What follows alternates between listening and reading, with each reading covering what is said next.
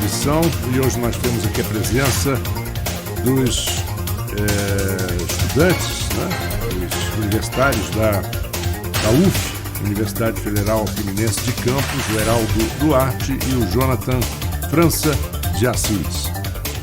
E vamos continuando, eu passo novamente a bola para o Aloysio Abreu Barbosa e continuar o papo com os nossos dois convidados. Rapaz, eu tô vendo aqui que o primeiro bloco eu não vi, estão pegando fogo nos comentários também. Não dá nem pra, vocês me desculpem, é bom estar sendo muito comentado, mas não dá nem pra responder a todos. Embora tenha um especificamente, que eu vou falar no final, até porque é bom identificar o caso dele, que foi um caso famoso há algum tempo na UF. E eu vou falar especificamente dele no final.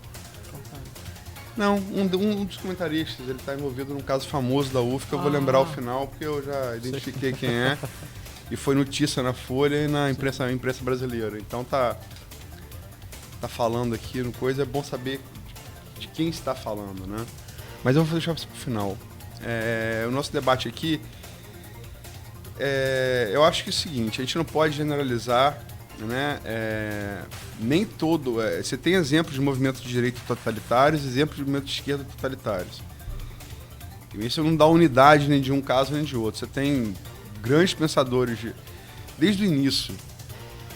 Eu acho que o debate que a gente podia promover aqui está muito mais ligado a Burke e Paine do que em outra coisa, que são dois grandes pensadores, né? Dos que se fizeram da ideia deles, derivaram de coisas ruins no século XX, sobretudo, de um lado e de outro. Acho que não pode generalizar por esses casos. Eu acho que todos os dois lados têm... Estou citando Burke e Paine porque são pais do pensamento clássico de direita e esquerda, né? E eu gosto muito dos dois. Não tenho discordância de um e de outro, mas gosto. Vejo mais virtudes do que defeitos em um e no outro também. Paine conseguiu ser o pai da Revolução Americana e pai da Revolução Francesa ao mesmo tempo, né? Você tem uma ideia do tamanho do vulto do cara. E, por exemplo, Paine defendia que todo cidadão tivesse uma arma. O pai da esquerda defendia um conceito que hoje seria ligado à direita. Então, não necessariamente. Ele defendia, como Thomas Jefferson defendia também, que cada cidadão tivesse sua arma, porque se o governo se tornasse tirânico, o cidadão teria direito de tomar armas e derrubar o governo. Mas vários governos de esquerda defendem o armamento da população, não como Bolsonaro, né? Que não, o que eu quero dizer é como para o pessoa comum, uma bandeira que já foi uma bandeira da esquerda, hoje é vista como bandeira da direita. Sim. Como é que isso muda ao longo dos tempos? Mas, enfim, discussão teórica à parte, eu queria focar aqui para trazer para vocês o debate uma coisa que eu acho muito importante, uma coisa prática, né, que é a ampliação do campus da UF Campus. Você tinha até a semana passada 6 deputados federais que foi aprovado agora, o Congresso entendeu que as emendas de bancada são impositivas, elas não demandam de confirmação do governo federal, porque antes aprovava o governo, eu quero, não quero. Não, agora tem que ser cumprido. Então, agora uma força enorme. Você tem obras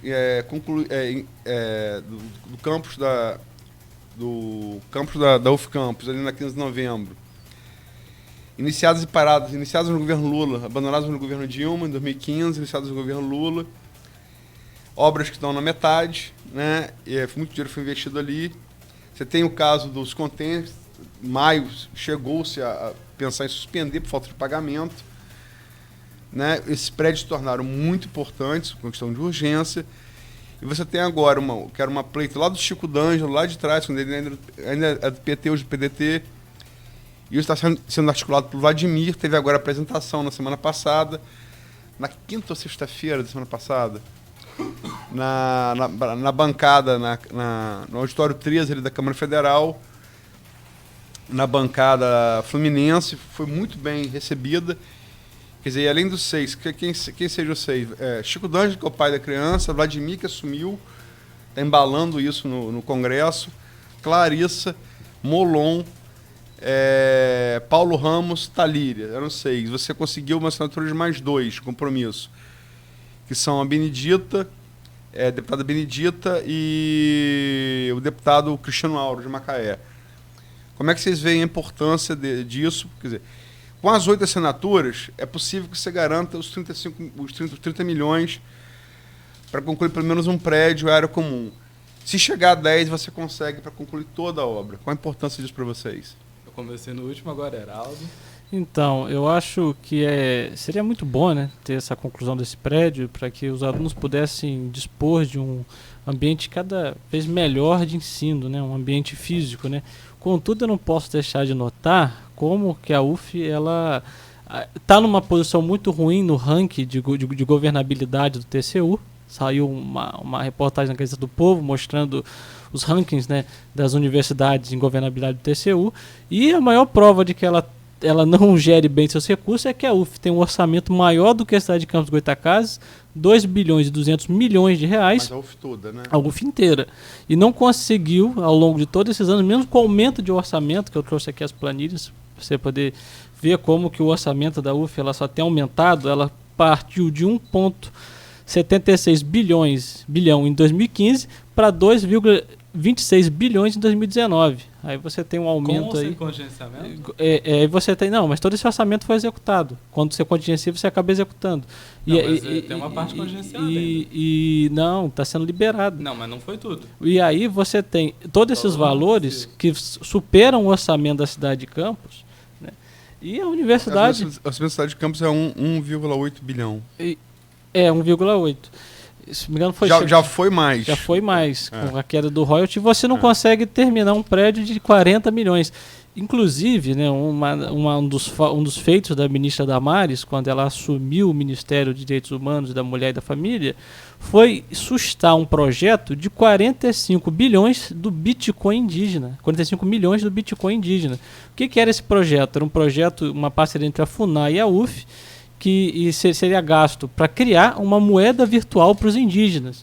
Esses 45 milhões que poderia servir para construir o prédio iriam terminar num projeto que quem criou esse projeto não sabe o que é Bitcoin, porque um Bitcoin criado numa estatal não faz sentido, e o Bitcoin depende de pessoas querendo trocar aquela moeda. Então você jogar 45 milhões fora nisso. Aí você pega uma fala do diretor Roberto Rosendo para o colegiado de unidade, ele falando que o contrato dos containers ultrapassou 30 milhões, esse aí ele deu por alto, falando, e que o valor do aluguel era absurdo. Ele falou lá, tem até o vídeo já na nossa página, ele até repetiu aqui que o valor do aluguel era absurdo mesmo.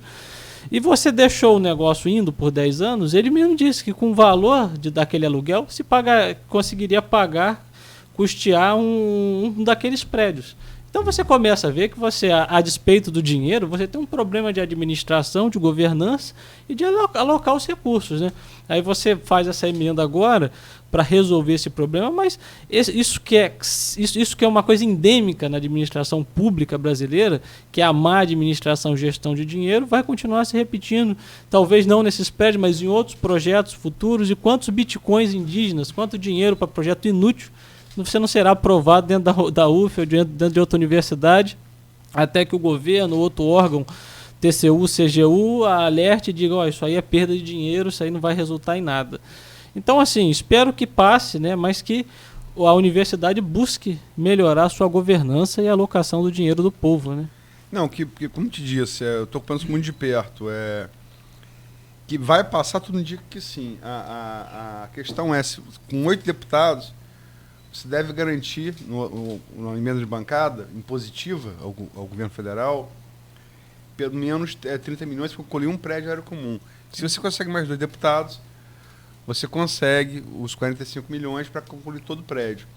Embora o Antônio Cláudio também tenha me dito que, no final, isso vai importar pouco, porque o prazo de conclusão da obra são 2 anos. Se você fatiá-la agora em 30 milhões, no orçamento do ano que vem, você consegue colocar os outros 15 para terminar. Então, no frigir dos ovos vai acabar na mesma, porque o prazo de conclusão vai ser o mesmo. Conseguindo tudo agora, ou conseguindo 30 milhões agora e 15 milhões no ano que vem. Que até o prédio ficar pronto, e você tendo todo o dinheiro agora ou não tendo, não vai interferir, porque o prédio, a obra tem um tempo para ser concluído, seriam emendas individuais para você garantir o pagamento dos containers. Que não são apenas, o Antônio Cláudio esclareceu, não são apenas 170 mil mensais. É o dobro. Sim. Porque são 170 mil do uso e do atrasado. Então vai dar 350 mil reais. né? Tem muito aluguel atrasado. Tem. Então é isso, porque você tem que pagar o que você usou no último mês e o mês que você não pagou. Sim. Então não só 170, 180, é o dobro, são 360 Sim. a média de pagamento. Mas desculpa. Sobre as informações que o Heraldo trouxe, eu depois gostaria de ver realmente esses dados orçamentários mais a fundo, né? Que eles me parecem um pouco confusos no primeiro momento. Mas, assim, sobre o prédio, é engraçado, eu entrei na UF em 2015 e meus veteranos chamavam já de Terra Prometida, porque eles entraram e estavam esperando pelo prédio. É claro que a gente tem sempre essa vontade de que esse prédio fique pronto logo, né? Até para expandir ainda mais a universidade, que eu acho que essa é uma das grandes questões de defender a universidade, defender a expansão dela, defender o acesso. Eu gostaria muito que o Heraldo, que tem contato até com o ministro da Educação, né? Tem contato com a bancada do PSL, né? Que ajudasse a nossa emenda de bancada, né? Fica aqui o convite, né? Eu sei que você tem todos esses contatos e 2, 3 deputados do PSL do Rio de Janeiro, né? Que o Rio de Janeiro tem 40 deputados na Câmara Federal. Eu só tenho contato com o Joviano. Que é estadual, não vai ajudar. Não, brincadeira, não foi eu acho piada. que não é difícil conseguir um contato no federal para ajudar nessa emenda de bancada. Fica o convite para o Heraldo, PSL, o Rosendo falou e eu também repito, o dinheiro não do PSL, mas ao apoio do PSL, né, super bem-vindo para fazer nosso polo. O Rosendo tem todo o apoio do PSL, o Jorginho já demonstrou. Sim, então, fica o convite para ajudar a construir nosso polo, né? Sim. Sobre as questões de gestão, realmente, tem que ser apurado, né? Tudo tem que ser bem encaminhado. Esses dados sobre o aluguel, pagar os prédios novos, eles não chega a tanto. Daria para quase construir um prédio, mas não chega a dar para construir os dois, não. Isso foi a fala do diretor mesmo.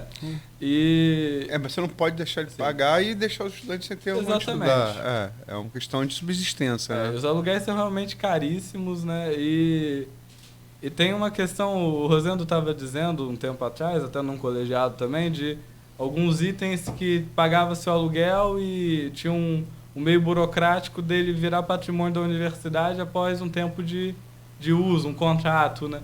Isso deveria ter sido feito com os containers, mas com a iminência do polo ficar pronto sempre, né? E depois com o gerenciamento da Dilma, Temer cortando tudo de vez. E agora com o governo Bolsonaro a gente não conseguiu dar continuidade à obra, né? Na verdade, os contingenciamentos, aí até por questão de idade posso falar isso, sou mais velho que vocês. Isso não é novidade. Isso teve no governo Fernando Henrique, isso teve no governo Lula, teve no governo Dilma, teve no governo Temer e tem agora no governo Bolsonaro. A novidade do governo Bolsonaro, e aí é uma coisa ruim, é que o contingenciamento foi anunciado logo após protesto contra o governo. Então essa coisa de ser vendetta que é uma novidade que não é muito legal. Agora, eu acho engraçado também. A gente fica aqui discutindo direita e esquerda e tal. É legal, construtivo. Desde que fico com pena que o debate aqui nos comentários esteja desandando, alguns deles, alguns comentários. Mas vamos lá. Faz parte. Mas é fla-flu. Mas vamos lá, vamos falar português, claro. Por exemplo, essa emenda de bancada eu tenho acompanhado. Eu vi muitos deputados, assessorias de deputados, que tiraram o corpo fora. Por exemplo, sabe por que o Hugo Leal estava no início comprometido com essa emenda de bancada e depois saiu? Por que? Não sei. Porque ele acha que Clarice e Vladimir participaram da articulação para o Sargento Gurgel, que é do PSL, homem de confiança do governo Bolsonaro, assumir a liderança de bancada do Estado do Rio de Janeiro. Então o Gurgel saiu por conta disso. O Marcelo Freixo e o Glauber, que são dandes da esquerda, sobretudo esquerda identitária do PSOL, eles tiraram o corpo fora até agora para se comprometer com a emenda. Então, quer dizer, como é que você perde um aliado conservador, que seria o Hugo Leal, pelo apoio que se deu para assumir a bancada, um cara mais à direita que o Sargento Gurgel, e como, inclusive o Rosendo citou aqui o Freixo, e eu fui atrás do Freixo, para saber se o Freixo estava com a emenda ou não. Ele falou, não, isso quem está é o Glauber. Aí liguei para o senhor do Glauber, falou, não, ele por enquanto não definiu ainda. Então, como o jogo jogado é muito mais complexo que essas coisinhas de direita e esquerda que, de repente, mobilizam tanto assim, né? A questão do... até o Jonathan comentou, né? Eu tenho... O pessoal fala muito que eu tenho contato com o PSL, né? Na verdade, eu tenho contato por conta de movimento, né? Eu não tenho muita ligação. Até brinquei com o Juliano, mas eu nem tenho contato com o Juliano, né? O PSL mesmo, como você falou, essa questão de direita e esquerda, o PSL é um partido que ele tem... pessoas ideológicas lá dentro, e tem pessoas que não estão muito preocupadas com ideologia, né, e que acabam, por isso, né, não se importando com essa questão. A emenda para a universidade, eles não veem como uma pauta de esquerda. Tem muita gente lá tem muitos deputados do PSL que, se vocês procurarem, eles vão apoiar o projeto, sim, vão até dar dinheiro. Tem muita gente que não falou aqui, inclusive, sobre isso. Não, o que eu quis Tem usar é o Hugo Léo, por exemplo. O Hugo Léo estava... É de qual partido que eu não conheço? O Léo tá no PP hoje. No PP não. Não tá no PP não. Ele tava no PP. Eu vou ver daqui a pouco. Mas é um cara de centro-direita, o Léo. Ele tava no início. Ele saiu porque ele era o líder de bancada. E houve uma articulação interna na qual ele julga que Clarissa, sobretudo, tem apoiado saindo do Gurgel, que é do PSL. Para assumir a bancada. Ele ficou ressentido e saiu do projeto. Pode ser que ele volte. O projeto interessante que o ministro anunciou é o Futurice, né, que prevê a criação de um fundo de 50 bilhões para ser administrado, né, e dar lucro às universidades e fazer com que esses investimentos possam acontecer. É uma alternativa para poder injetar dinheiro no ensino superior, porque tem uma defasagem do que se investe no ensino superior e do que se investe no ensino básico, né? O governo acaba jogando muito dinheiro no ensino superior e deixando as crianças à base, né? A gente fala hoje que a educação está ruim, o governo, por meio do Fundeb, por meio de várias outras coisas, ele dá dinheiro aos municípios, aos estados, para poder tocar a educação básica, né? E acaba que as universidades elas consomem parte substancial do orçamento e deixam, né, as crianças desassistidas. Infelizmente, a universidade consome mal, né? Como já falei, o orçamento maior que a cidade de Campos, e tem um problema em terminar 2 prédios. Uma das alternativas que o Weintraub já propôs e que está andando, e que inclusive a UF até rejeitou o Futurice, né? O Rosendo... Ele disse que ele não sabia, não é novidade ele não saber certas coisas, mas quando ele falou que estava analisando, a UF já tinha rejeitado, né? Ele falou que estava analisando, mas eu já tinha rejeitado. Mas o que eu acho engraçado, o Rosendo, ele consegue, coitado, ele consegue apanhar, coitado não no sentido de ser coitado, mas é no específico. Não, que é um cara que eu tenho um tremendo respeito. Ele consegue apanhar tanto da direita quanto da esquerda. Por que será?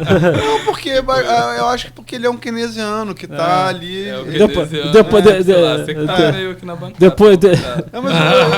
Se definir economicamente, seria keynesiano também. Não, mas ele não apanha por ser keynesiano, não. Acredite. Depois eu te mando um dossiê aí que você vai entender por que ele apanha. Ele apoia por outras questões internas da universidade, como ele toca política interna, né? Ele toca política interna num nível, vamos dizer assim, que causa problemas tanto com setores da esquerda quanto com setores da direita, né? Mas posso dizer, deu aqui uma boa entrevista e ao lado Ele fala bem. E ao lado da Anastácia, que é a pró-reitora de graduação da UF toda, defendeu muito bem, isso não é opinião minha não, é opinião dos deputados. Defendeu muito bem o projeto de ampliação do campus da UF Campus. E foi o único, foram várias emendas de bancada propostas ali para o Exército, Colégio Pedro II, no mesmo dia. E foi a única que gerou perguntas. E ele foi considerado fundamental na apresentação da proposta. Então ele impressionou os deputados, ele fez um bom papel lá. Isso é um fato. Eu conversei com vários deputados do dia lá. Acho que o Rosendo apanha talvez demais de vocês, mas enfim, eu não estou lá na realidade do dia a dia. O problema todo ali da UF é que o diretor ele é uma pessoa letárgica a tomar decisões que seriam vitais, na opinião da UF Livre Campus, a manutenção da universidade, da ordem ali dentro, né? Se você olhar a nossa página, nossa primeira postagem se dá de uma daquelas salas, se não me engano, a sala que foi arrombada, né? Pelo TRE, E a sala toda pichada, até o teto estava pichado, tudo. E com umas pichações que, se você olhar o que está escrito, você pensa, isso é universidade mesmo, assim, as coisas grotescas escritas. E aquilo ali, se qualquer pessoa conseguia ver aquilo ali, mas ele não via, né? Eu até brinquei falando que ele chegava ali, ele sofria de cegueira. Picharam na instituição ali, picharam, posso falar foi um palavrão que falaram, não, né? Bota entre aspas aí, bota um... Não pode mesmo. Aí você bota 4 palavrinhas, mais uma coisa, e o C. O TRE, né? Pra quem entender. E ele não via, todo mundo via, tava bem visto ali, mas ele não via, então ele não vê, ele é quase o Lula, né? Não sabia de nada. Aí quando chega a nossa denúncia, aí ele... Bom dia, presidente Lula. Aí ele diz que vai tomar medida, mas ele só toma medida só para censurar o FILIVRE, né? Para censurar alunos de direita, exigindo, inclusive, que alunos de direita... Tinha um aluno que teve uma sindicância lá, ele fez o aluno assinar um termo dizendo que não entraria em debates políticos com alunos e professores na internet. Vê que absurdo, está em ata. Ele deu um termo para o aluno assinar e restringindo a liberdade do aluno debater política. Aí eu digo, que diretor de universidade que censura aluno para debater política com alunos e professores nas redes sociais? É o Rosendo. Eu tenho ata, eu te mando aí. Isso aí vai sair mais uma pedrinha no sapato dele para ele já ficar sabendo. Tem intervalo, Marco? Preciso do intervalo agora para depois a gente ir até 8h40. Tem como fazer um ponto bem rápido? Tem? É porque senão a gente entrou no Rosendo, a gente vai perder o orçamento. Sim. Você fez uma confusão de orçamento discricionário com o orçamento obrigatório. Por isso que você conseguiu esse valor. 65% em média do nosso orçamento é o orçamento obrigatório. Folha de pagamento, etc. Mais. Não é 65, não é mais. Chega a 80%. É 80%. Chega a 80, então você até 81. melhorou, né? Porque 65% é a média geral das universidades federais. A UF é um pouco maior porque é uma universidade muito antiga também. E... assim, esses outros porcentos são exatamente os porcento congenciados, por assim dizer, né? Que é 3,5 quando conta nos chocolatinhos de 100, pensando nesses 80 aí, mas é 30% de fato quando a gente vai ver na despesa real da universidade, ou seja, é um rombo, né? Então, por isso que não dá para construir polo, por isso que é difícil. Bom, então agora, 8h25, vamos a um pequeno intervalo e já voltamos com a conclusão aí do nosso debate de hoje. Vamos lá, então. Moderna empresa especializada